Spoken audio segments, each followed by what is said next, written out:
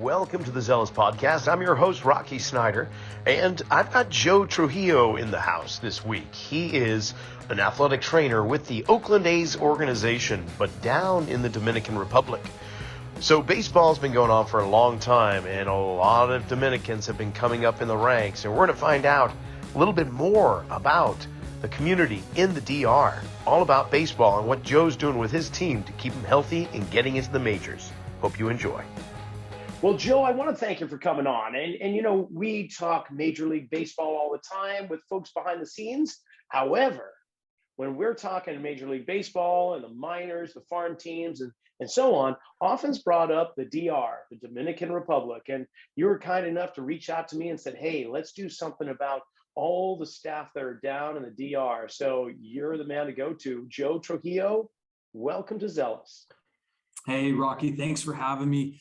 As I was telling you kind of earlier, congrats on your 2023 NSCA Personal Trainer of the Year award. That's a big accomplishment. I'm just happy to be able to connect with you and to provide some insight on how Major League Baseball is influencing the culture down here in the Dominican Republic and how the Latin American players are influencing the major league clubs and all the way through the minor league system. Well, thank you for that. And yeah, let's dive in because you're with the Oakland Athletics organization. And just before we started to hit that record button, we talked a little bit about the history of the A's. And you told me the Dodgers and the A's are the first two teams to come down to the DR and really set up a complete training facility there. I mean, how long has that been going on for you and the A's? Yeah. So as far as I know, my history on the baseball down here in Major League Baseball in the Dominican Republic is limited to my 73-year-old assistant that I have down here, Mario Clime. He's worked with our organization for 45 years. So knowing that the A's were the second team to kind of start a spring training facility down here in the Dominican Republic, we can go back about 45 years to it. And Mario's a great guy. Because he, is full of life and he doesn't speak a lick of English, but all the players that have gone up through the system and one of our current players on the major league side, Ramon Laureano, who's from the Dominican Republic, just always is so thrilled to see Clime when he goes up to spring training. And, being in the complex that I'm at now, it's a huge building. We house all of our players that are on the roster, our coaching staff. We have a great kitchen, a great facility. We have two full fields, we have a half field, and we have a 4-lane covered batting cage because it rains a lot down here. That's just been built recently. And Mario has all these stories about when he first got here, how it was just, a bit of dirt, and he's planted the trees that now provide a shade, and he takes real pride in that. And you can kind of embrace and see that Dominican pride and culture and the growth of baseball out here. And this is a country that's ran, by baseball, and most Latin American countries here in the islands are going to be that same way. So it's been great to have Mario kind of teach me along the way the history of this complex and kind of have the guy that build it from the ground up, so to speak. That's got to be fantastic. So, so tell me about your background first. Like, how did you come up in the ranks of the Oakland A's organization? Did you play baseball? Is that what you've been living for yourself? And then you went in and became an athletic trainer. Like, what was your road to success so far? Yeah, some days it doesn't feel too much like a great story, but similar to most other athletic trainers, I was talking to Sam Radbill on the PBATS podcast, and most ATs that I know and that we see in the major leagues in the game at some point were an athlete and they got hurt and they realized, oh, my high school has this person who can kind of take the reins on my rehab assignment instead of having to go into a physical therapy clinic or not knowing what to do out of school. So similar to that, I broke my ankle my first play my senior year of football at Thornton High School. Shout out to my Thornton peeps there. And I was like, okay, what's the next step here? As I, was left-handed, played quarterback, probably the worst one in school history, which is fine. And then I, was a pitcher for the team as well. So I was like, okay, my upper body's still fine, but we've got to fix the lower body. And Dave, our athletic trainer, I think he works with University of Texas at the moment. He, kind of introduced me to the role that athletic trainers play, especially for somebody like me who grew up in a single parent household with a mother that didn't work, so I grew up in Section 8 housing. We didn't have any extra funds to go and seek physical therapy or co-pays or anything like that. So having an athletic trainer at a school like that was huge in my development to become an athletic trainer and to continue my passion for baseball and for sports into college. So truly my starting point was when I thought everything had ended with a fracture in my left ankle. Kind of grew me into the passion for what I do today. Wow. And it sounds like you put yourself through school. Where did you go to school? So I'm an alumni of Grand Canyon University. I graduated in 2015. Lopes up to all of my GCU alums out there. So I set sail. My mom passed away 2 weeks after I graduated high school. So that summer leading into my freshman year, I was kind of couch surfing and living in the basement at my auntie and uncle's house. I didn't really have a plan on what I was going to do except go to college, try and get my education, and then probably come back to Colorado.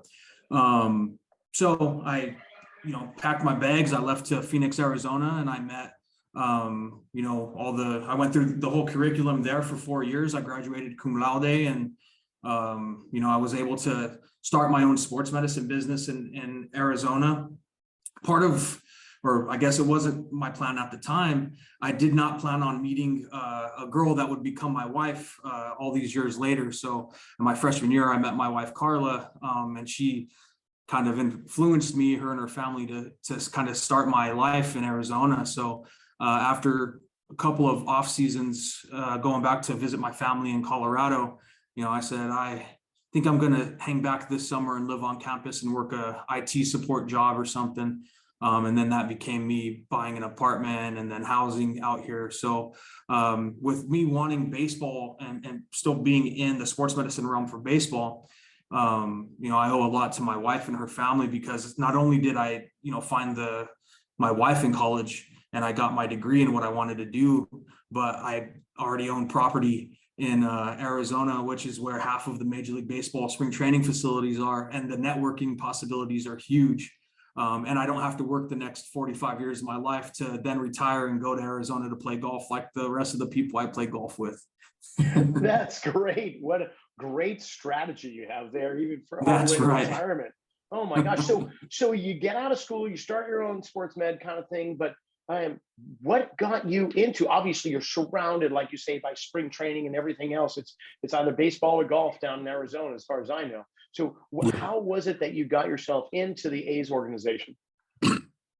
So like I tell any young and up and coming athletic trainer or student, even, create a LinkedIn account and just send network connections all day long. And don't be afraid if people, don't respond to you. And don't be afraid if you don't hear back from somebody. Just like how I connected with you. You think we've been connected on LinkedIn for a couple of years, and I saw what you were doing on this podcast, which led us to where we're at now. Anybody that had any sort of role in Major League or minor league baseball, I was shooting connections out 30, 40, 50 a day. I forget what LinkedIn lets you do for free each day, but I would just max it out. And I got hit with a lot of no's or whatever, and I got hit with a lot of responses on that. And I applied, year after year to different positions that opened up and on the PBATS website.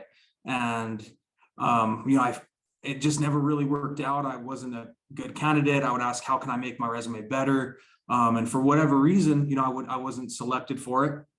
And finally, 2 years ago, I was working at a local high school of mine. And, I talked to my wife and I said, I feel like I need to go check that PBATS website. I just feel like, this might be the last opportunity I really get to apply before we kind of start having kids and all that. And she said, yeah, whatever we can do, just make sure that your first job's in Arizona. So I said, okay, fair enough. So I went on PBATS and I saw there was a seasonal hire position for the Oakland A's in the Arizona Complex League. And I currently live in Apache Junction, Arizona, and that's probably, the furthest east of where all the complexes are. And the A's just happened to be the closest drive to where I live. So I applied. And then I text one of my friends, acquaintances inside of another organization, and I had asked them, like, I'm putting out some fillers. What do you guys got opening up here? What do you project, starting spring training? And he responded back to me and said, yeah, we're going to have something here in Arizona. Why don't you send your resume and CV and all that to this person? Okay. So the day that I was scheduled to interview with the Oakland A's, I received a call from my friend in that organization saying, hey, we know that you're interviewing with Oakland. Is there any way that we can interview you first? So I said, of course. Do I need to go to the complex? Can we do it through Zoom? How do you want to do it? So we did it through Zoom, and I felt really good about it, which is always a good feeling. And when I went through the Oakland A's interview, I felt really, really good about it. And I was trying to run back to the school I worked at in the afternoon to get to a baseball game I had to cover. And I got a call from one of the minor league medical coordinators with Oakland. And they had said that, we'd like to offer you the job. We're going to sit on it for a day or two. And the next day I ended up getting a job offer from Nate Brooks in the Oakland A's. And, I responded to the other organization and asked them kind of where they were in their timeline. And they said that they were still pretty early. They just wanted to make sure that they interviewed me. So I thanked them for their time and accepted the job that day with Oakland. If long story short, just keep trying. The persistence is huge and it's very competitive. And I'm 30 years old now, and it took me until I was 29 to finally crack through the door of minor league baseball or professional baseball. So don't be discouraged, anybody that's watching this, because it's tough, and just always ask for feedback on how you can be a better candidate for that specific organization. That's great advice, Joe. I mean, I'll echo that too. Like, you bring up LinkedIn, and a few years ago when this podcast was just beginning, I had a couple of nice names that came on. I was fortunate enough to have some colleagues that are notable in the industry, and then I did the same thing as you did. I just went on to LinkedIn and connected with some people, and then asked who those connections were, what other connections they had. And you'd look on LinkedIn, and it was almost like going fishing. It's kind of like, I'm going to cast it out there and see who connects with me. And well, over the course of this time, we have 130 episodes later, we've gotten some amazing guests like yourself and others that are in the world of sports. And a lot of times they'll say, I've been listening. I can't believe you want me on. I'm like, of course I want you on. This is all about how I'm going to learn from you. So please. So, I would say that is exactly right. So tell me though, you're in the DR. You're not in Arizona. I missed that point. I don't know where that story went to, but somehow first of all, is your wife with you? Are you still happily married? Or did you say, honey, I've got to go. You have the dog. I'm going to the DR. What's that? Yeah. So the conversations actually started pretty around this time last year in the dog days of rookie ball. I kind of had gotten a feeling that there's a chance I could be asked back. There was a decent chance that it would probably be down in the DR. So on our long dog walks in the morning and in the night, because you could never walk a dog in the summer in Arizona during the day, I just kind of started laying a couple of hints here and there. And, my wife said she can give me a year. So she's still in Arizona with my dog. The distance is tough, but she's fortunate enough to work a job now where she's able to come out here about once a month. She was just out here last weekend, and she'll be down here for the All-Star break at the end of this month. It's bite-sized, but we're on the downslope of the season here, so I only got about 4 more months. It's not always easy to find that balance of your love life or your family and professional baseball. But I've been lucky to again find a woman who understands kind of what my career goals are. And, we're lucky that she has the job that can allow her to work from, an international island and still not have to take time off of work for it technically. So still happily married. We have 5 years married. I've been with her for 12 years since my freshman year of college. And yeah, so the times from time to time are tough, but she understands, and we're hoping that we go back to the United States next year and we're in Arizona again, or one of our affiliates. Oh, fabulous. That really is great. Does your dog speak Spanish? No, my dog doesn't do anything but lay around all day. Yeah, he was Great Dane chocolate lab, so he just enjoys being in the air conditioning. Oh man, watch your back when you're picking up after him. So, with your support staff, you're part of a big kind of crew down there in the DR. What's that made up of? Yeah, so we've kind of tried to change our player development program this last year by bringing in a new director of player development, Veronica Alvarez, who, if you don't know who she is, a great follow on Instagram and a great leader. She's just awesome to have as a boss, and somebody that's Latin herself and is just able to fully embrace what we're doing down here. We also brought in Cooper Goldby, who was a former player of ours, as a manager, and his old college teammate, Gunnar Buhner, who has been our infield and our hitting instructor, along with local coaching staff out here, Carlos Casamero, Jose Vicente, and Santa Maria Brito, who is our pitching coordinator. And then I don't know how the Oakland A's convinced Jim Gott to come down here with his wife and with his son Danny to be our bat boy, but we love all of them, and the Latin coaches have just taken us in. We have our video guy, Henry Henkel, who's from New York. Our head strength and conditioning coach is Kevin Tito Hernandez, who was formerly with the Baltimore Orioles down here in the DR. It's from New York as well, and his family's from the Dominican Republic. And then I just got my coworker, my assistant, another athletic trainer to help with the workload here, Daniel Hernandez, who's also coincidentally from New York. He's just fresh out of school in Delaware. So he's 24 years old, and he's learning how to pull 13 and 14-hour days already. That's a long day, man. So that's something we don't really discuss all that much, is the grunt work, the amount of time and how much elbow grease you really have to devote to your craft. And you just got to put in the hours, and with a smile on your face, with passion in your heart. But I mean, 12, 13-hour, 14-hour days or whatever. I mean, how long is the time that you spend down there? Like, is this a year-round occupation down in the DR, or is it seasonal? It's yes and no. So I knew that I was going to be coming down to the DR at the end of October last year.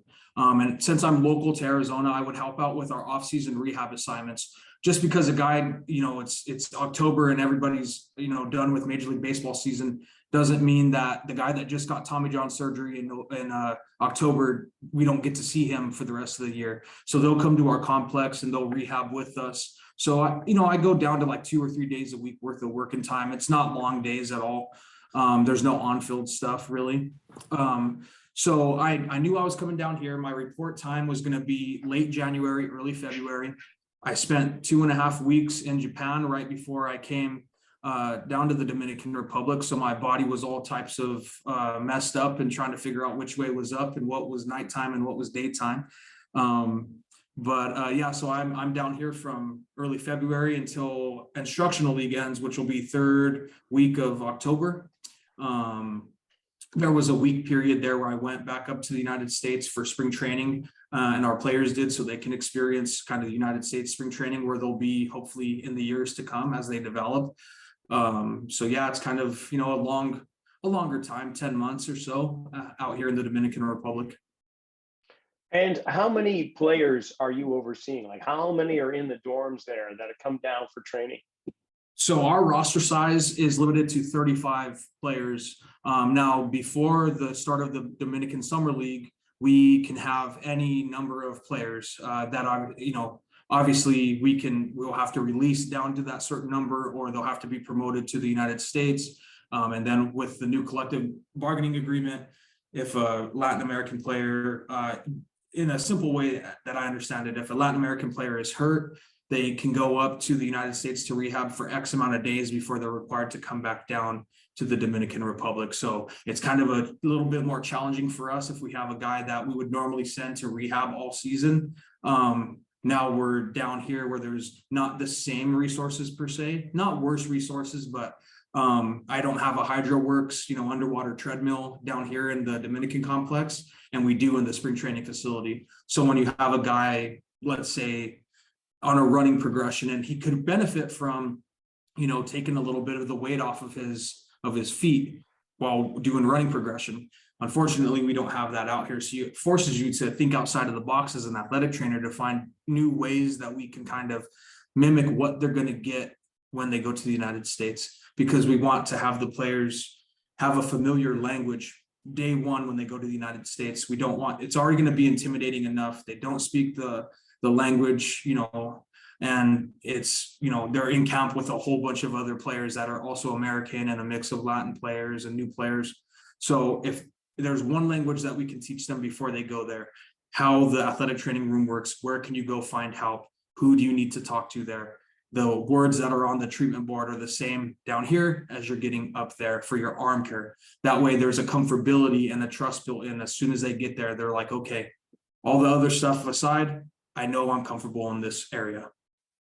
Wow, that's great. Sounds like quite the system. Where do you fit into the system? What's your role and responsibility? Where are the parameters, and what do you focus on?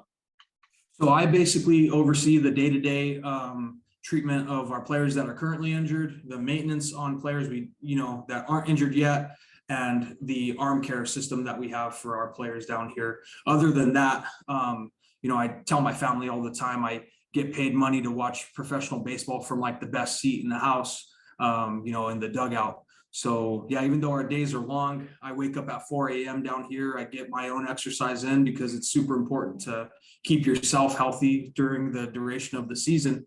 And then I start my morning treatments around 5:50, 6 a.m. And then the players will come in for pregame or pre-practice treatment. They go off and do their meetings, their English class. I have a staff meeting, and then it's right into pregame practice stuff. Who needs to throw bullpens? And we're out there monitoring all of it. If a kid's on a running progression, a throwing program, ATs are right there just in case a guy gets hit in the head while playing catch, just in case a foul ball catches somebody, watching batting practice. Weird things happen. And any ATs that are watching this will tell you just the craziest stuff will happen when you least expect it. So it's real important for athletic trainers to be, kind of navigating around the practice fields, just in case a guy pulls up weird and has a little pain in his hamstring. We can try to, get treatments on him right away.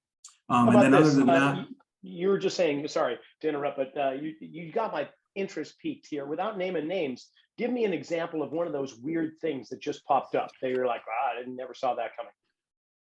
Yeah, so I had a pitcher who had some posterior shoulder pain, and we were on throwing program. We're progressing great, and he is like the day before he's supposed to get back on the mound in the game.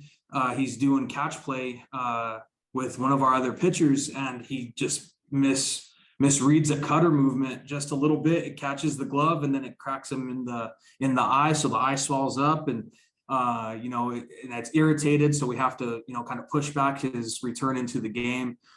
So he's been dealing with that. And it's just, how do you plan for situations like that? It's big emergency preparedness with our profession in case life-threatening injury happens on the field. But, something simple like that where, you may not be paying attention right away, and you turn around and, oh man, there's player X, on the ground, writhing in pain or not in a lot of pain, but his eye is closed now because of swelling. And that's just, one example of things that kind of come up out of the blue with how things are down here. And so in your scope of practice, what are your go-to tools? Obviously your eyes, your mouth, and your hands, those kind of go without saying as an athletic trainer, but like what are the most common injuries that you're dealing with on a regular basis, and how do you typically address them? What's your screening assessment process? Yeah. So when you work in professional baseball, you're going to have a lot of shoulder pathologies, elbow pathologies, and hip pathologies, just kind of the nature of these younger kids. I have players that are 16, 17, 18, 19, and 20-year-olds that are in their first, second, or third year of professional baseball, and they're still growing and developing. So a lot of what I get is, fatigue in the shoulder. Guys will come in and say, I feel kind of heavy in my shoulder, or my velocity is dropping down just a little bit, and something just doesn't feel right. And they're still learning their body as well. So, I get a lot of, impingement syndromes and, some inflammatory processes that go on in the shoulder as the year gets longer, because, we're throwing a higher volume than these bodies are used to. And, a lot of them early in the season, because they feel good after an off season, ramp it up a little bit too quickly. And so a secondary part of our job is to kind of re-educate them and remind, like, it's good that you're feeling good here in February, but the wins and losses don't count until, June, July, and August. So, if we got to go at like 75% for catch play, we're good. But in any process of athletic training or evaluating a injury, if you have a systemic way to do so, through your experience in your clinical rotations or through your experience in your practice, I kind of run through the same basic tests with a shoulder as I do with any sort of shoulder. And sometimes, friends of mine will ask, if it's not X, why do you still do tests for X? And I tell them simply, you don't know until you can rule out. And he may have problems, and you think for sure it's got to be a slap tear. For sure it's got to be a slap tear. And then you go and you do a test for impingement, and then it's for sure it's impingement now. And now you're left wondering. So not having a bias just because you saw the mechanism of the injury, and having a systemic, here's what I do, A, B, C, and D, and your special tests and your assessment will help eliminate a lot of your second guessing as a clinician. And everybody's a little bit different with that. My shoulder evaluations, I would say, are probably on the shorter side than some of the other ATs that I've worked with, even with in the A's organization. I got to sit in last year with Nate Brooks, our minor league medical coordinator, on one of his shoulder evals.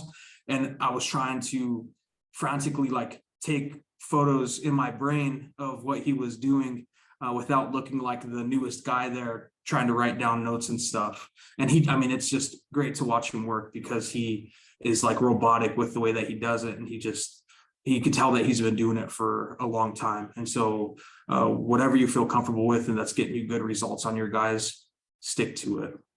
Right on. And you mentioned earlier Tommy John surgeries. What's the incident rate on that? Do you see that coming down the pipe a lot? And if so, is there a certain profile characteristic with that athlete that matches others that have come before? So I don't see much of that down here, fortunately. We do get, me working in the Arizona Complex League last year, we get the guys on a rehab assignment that have had Tommy John surgery. And from my point of view, not looking at much of the research that is produced every year, there doesn't seem to be a profile of a guy. We have heavier set pitchers that have more valgus extension overload, and we have skinnier pitchers that are taller that have less valgus extension overload in their elbow, would theoretically have less stress on the UCL bands during the late cocking phase of the throwing steps. But when a guy decides to pop, it just kind of seems like random in nature. I know that the biomechanists and the exercise physiologists and other ATs have dedicated so much of their time to kind of look, frame by frame at like how much torque we're putting on a guy's shoulder. And there's some correlations between like gird and how much external rotation versus internal rotation that we have with a player. And if there's deficiencies at a certain number, but at the end of the day, when you see it happen, it's just, okay, we're going to go and get some images taken and see how we can best modify this players and save their career. So do you look at, I I won't say joint by joint, but the kinematic sequencing of an average throw or pitch? Are you looking at their ability to extend their spine properly, or laterally flex, counter rotation? Are you looking into internal, external rotation of the hip? What's that landing, that stepping leg? What's happening all the way through the chain? Or is that more the biomechanist or others that are looking at that? Yeah, I think with all of our support staff, there's going to be a little bit of overlap with just about everybody, right? The physical therapist is going to overlap with us a little bit, and we're going to overlap biomechanically with our biomechanist, and our nutritionist is going to overlap a little bit with the strength staff, and our strength staff's going to, so that's why it's a team. There's no clear cut, like everyone, we blend together and we make the wall stronger for our players and that connective stuff, so that we can get the whole system of treatment for a player. And I think that if I wanted to spend time going through how much force I forget, the plant foot is putting down as it's going down the slope, and how that correlates to exertional external rotation.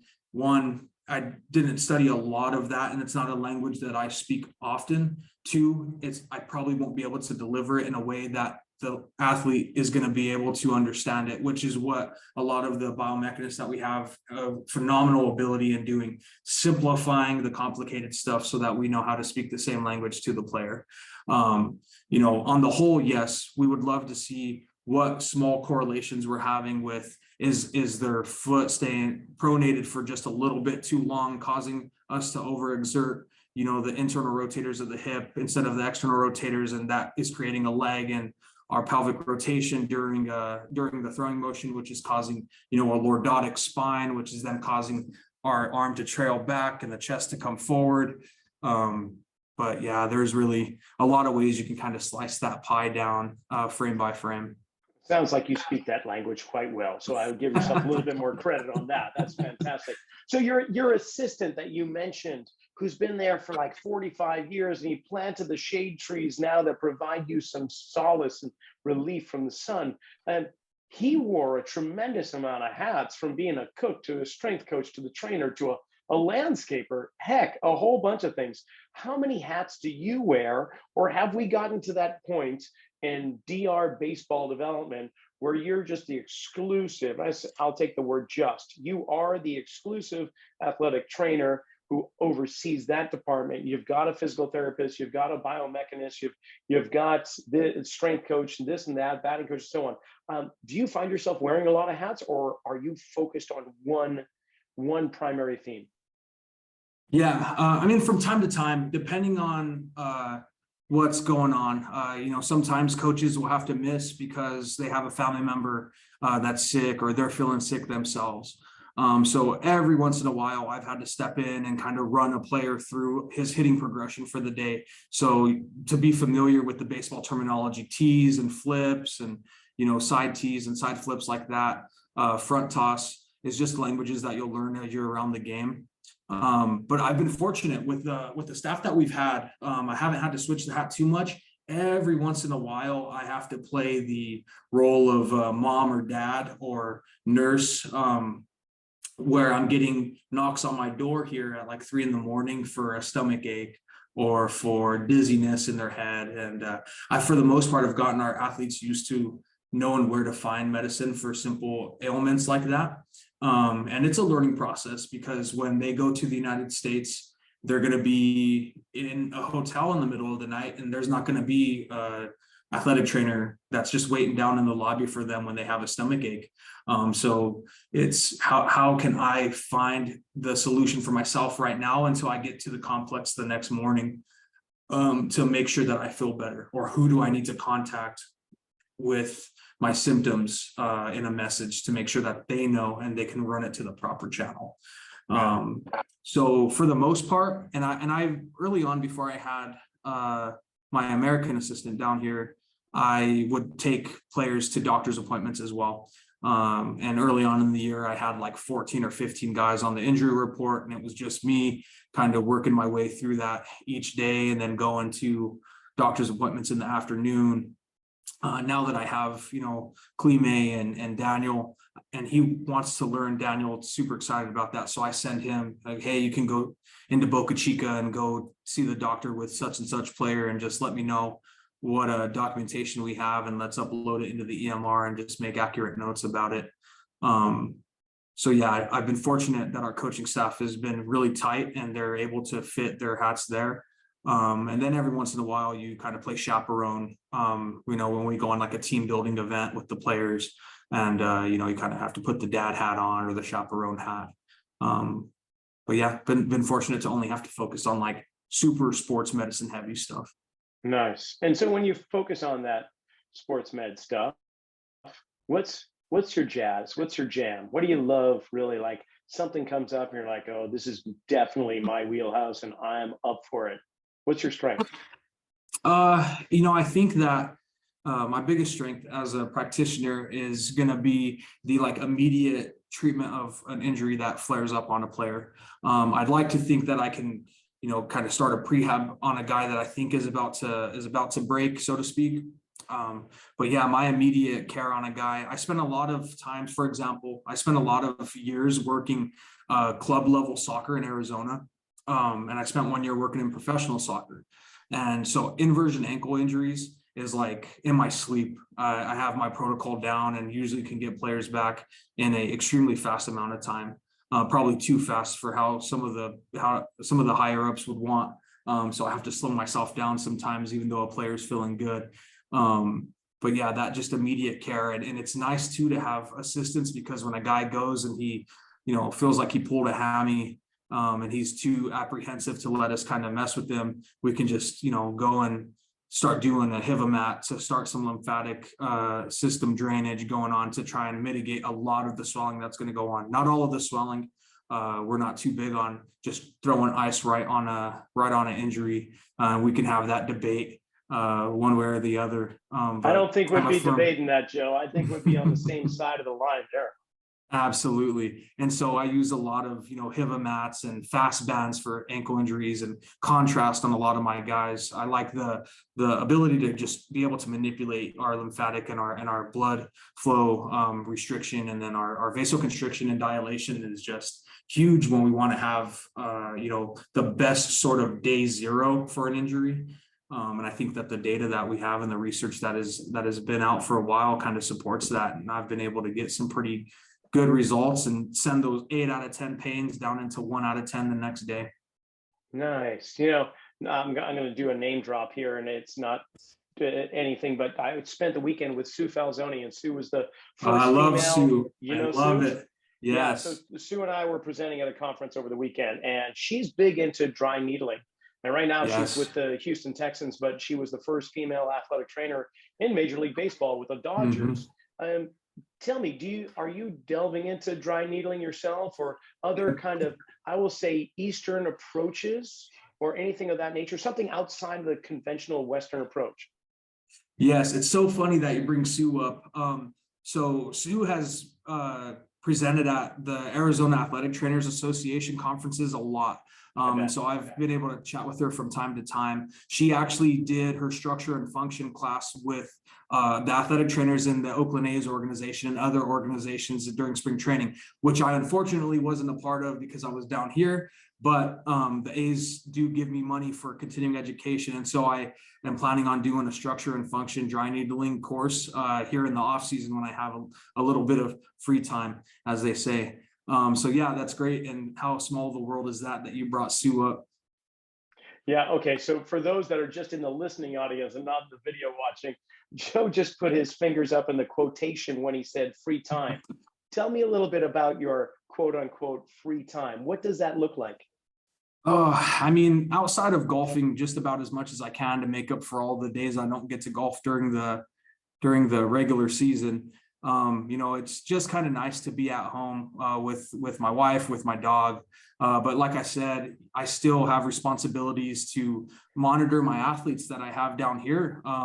We do a call log every month with our minor league ATs to our players that are currently on the roster in order to make sure that there's not new injuries that are popping up. that they're abiding by our throwing program and our progression as we see fit. So that way they're ready when it comes to reporting for spring training. They're healthy and they're ready to go with the rest of our crew. And there's not somebody that's just been not throwing for 3 months or however long they're down. We also monitor to make sure their workload is being okay, because some of these players, even after going through a 10-month long season, they will go and play in winter ball in Mexico, or they'll be invited up to fall ball in the United States or the Arizona Winter League. And so they're playing baseball year round, and the body takes a toll after a while.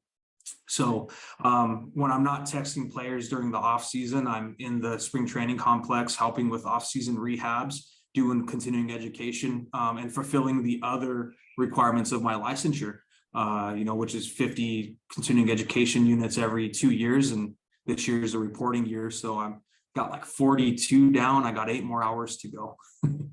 Wow. All right. Well, you got a few things to accomplish there, but you got plenty of time with that. I'm always curious about the inner workings of organizations, especially when it comes to upward and downward trends or mobility, I guess you'd say. Like your players, they're in the DR, they go up to the States and they get into like AAA, or some jump right up into the majors. But then it's got to work both ways. You've got to get some players that aren't in a hot trend. They're suffering for whatever reason. They're in that slump mentally, physically, emotionally, whatever it is. And is that where they go? They go into the DR for a little R&R and restoration before they're trying to make their way back up. Give me an idea of how that flow is with players within the athletics organization, if you don't mind. Yeah, I don't mind at all. It's real simple down here in the Dominican Republic. As soon as a player is promoted to the United States, they do not come back down here to the Dominican Republic. So when a player is in Arizona in rookie ball, he may get promoted to low A Stockton. And then if he struggles a little bit, or if another player gets their number called ahead of him and a roster move has to be made, they'll typically come back down to Arizona to kind of get their mental right, or get more at bats. Because instead of riding the bench, for a week at a time before they get some playing time, you come down to Arizona, you get used every day, every other day, and kind of find that rhythm again, find the baseball player that we drafted you or acquired you to be. And that happens daily. We get emails about our roster moves every day. And so there's players that come down, and the general public would never know unless you live in a city where our minor league affiliate is, and you're like, hey, what happened to such and such player? Where did they go? And you kind of comb through, the media or the MILB.com transaction list to see what moves were made. So yeah, once it's kind of sad. It's kind of a relief, but kind of sad down here because you live with these players, and I'm out here. Even when I'm done with this podcast, I'm going to go and, be out and probably play video games with the players out at the TV room. And you get to mingle with them a little bit and get to know them just outside of baseball and how their families are doing. Some of these players haven't seen their families in a while. I got 2 Brazilian players down here who haven't seen their family in a while. And if all goes well, they won't see their family for a little bit longer because they'll go to spring training or to instructional league in the United States and, continue their dream as a pro baseball player. But because of that, when I have to send, or when a number gets called to send a guy up, it's always a little bittersweet because you're like, oh, he was a great clubhouse guy, but I'm super excited to see where his career is going to take him. But I know that I'm not going to see him until I'm back in the United States. Right on. Well, shout out to the Stockton Ports. You mentioned them, and it's always good. They're not too far from myself here, only about an hour away. And of course, we've got San Jose Giants right on the other side of the Santa Cruz Mountains. And I love going to minor league games because it's almost like you're going back in time to the way baseball used to be. In a way, you're down there, you're mingling with the players, you're so close to the field, you can smell the grass clippings and all that. It's almost like being right there on the field. So shout out there. But one last question, I guess, Joe, because we're kind of getting up to the clock time here, is that we were talking about hats. The one hat that I didn't ask you about was sports psychologist. It sounds like you kind of wear a little bit of that, but do you guys have a visualization coach, sports psychologist, somebody dealing with the mental aspects of just being young kids trying to make it to the big show? Yeah, so we do have a whole mental performance team throughout the whole entire organization, and they rove around from level to level. So our players do get time with Rosie, and she's amazing.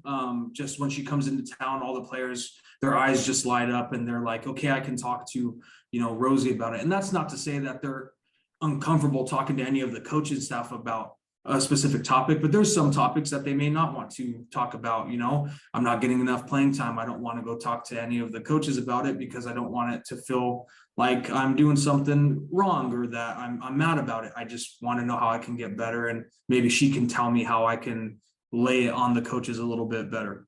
But yeah, you do in the athletic training profession, you'll be surprised at how quickly a player or a coach who's laying on that table will start opening up about their life. And I don't want to take too much time over the limit, but one of my athletes this year just really got me into wow, what a peculiar position I'm in. He's from Venezuela. He's got a little baby girl at home who's months old, and he, is grinding through the Dominican League here, and he finally clears injury treatments, and he's like fully ready to go into games. And we promote him to the United States. He's not coming back down to the DR now. And so there's more distance between him and his little daughter. And he's having all this family trouble going on back at home. Things that we, as fans of the game, you never realize that most of these players, they have family problems going on back home. Just because they're a professional athlete doesn't mean there's not arguments with the spouse or your kids, doing with or without because, you're not there. And it really just made me realize the less talking that you do and the more listening, the players will find a way to fill that kind of empty airspace when you're in a treatment. And it just kind of makes my heart feel good. I get a little emotional just thinking about it, like how happy he was to get promoted and how well his whole situation got because he's in the United States. So I just wish the best for him. And, outside of having any sort of formal training as a psychologist, which I'm not, and not claiming to be, just letting him kind of open up his heart to me on an hour-long ride to the team doctor for some imaging, being in there with him and listening. It's a crucial point that if I can stress anything for athletic trainers to do that may listen to this, just lend your athlete an ear, and it doesn't always have to be about baseball. And in fact, the last thing that I talk about a player with in the training room is what's going on every day. We live in it. We see it. We all know when you did good. We all know when you did bad. How's mom and dad doing? How are you doing? How much sleep are you getting? Let's talk about that stuff that's going on. Well, that's obvious that you're one heck of a communicator and developing into an amazing professional. So I can see that it won't be long before there's a new head athletic trainer in Major League Baseball, because you're going somewhere, man. You are. I appreciate it. Thank you. Oh, my pleasure, my friend. Joe, this has been great. I can't express my thanks enough for you reaching out. And I've really enjoyed this conversation. If listening audience, young, upcoming, growing athletic trainers, or anybody in the field want to follow you and your exploits within the DR and Arizona and beyond, what's the best way they can do that? Absolutely. Outside of giving my number away, if you just want to throw me a connection request on LinkedIn, Joe Trujillo is my name on that, and I'm more than likely to connect with you back, because it's all just a big network about who you know, and I want to hear more about your story. And I'm really open to messaging back and forth on that, and then maybe it leads us to some more in-depth conversations like it has for Rocky and I. So yeah, get at me on LinkedIn, and then you can also find me on Instagram at Joe the ATC. And then you can kind of see the photos and videos I get to post for my time down here in the Dominican Republic. Right on, Joe. Okay, I'll make sure those are in the description below the podcast for the listening audience to check out and click on. But I can't thank you enough for coming on, man. This has been really great. Perfect. I love it, Rocky. Thanks so much for agreeing to have me on. I thank you for your time. And that brings this episode of the Zealous Podcast to a close. I want to thank Joe and the Oakland A's organization for allowing this to happen. And if you want to find out more about the behind the scenes in Major League Baseball, well, all you have to do is go to our archives. We've got plenty of awesome guests in the MLB as well as a whole bunch of other sports. So until next week, go out there and make it a good one.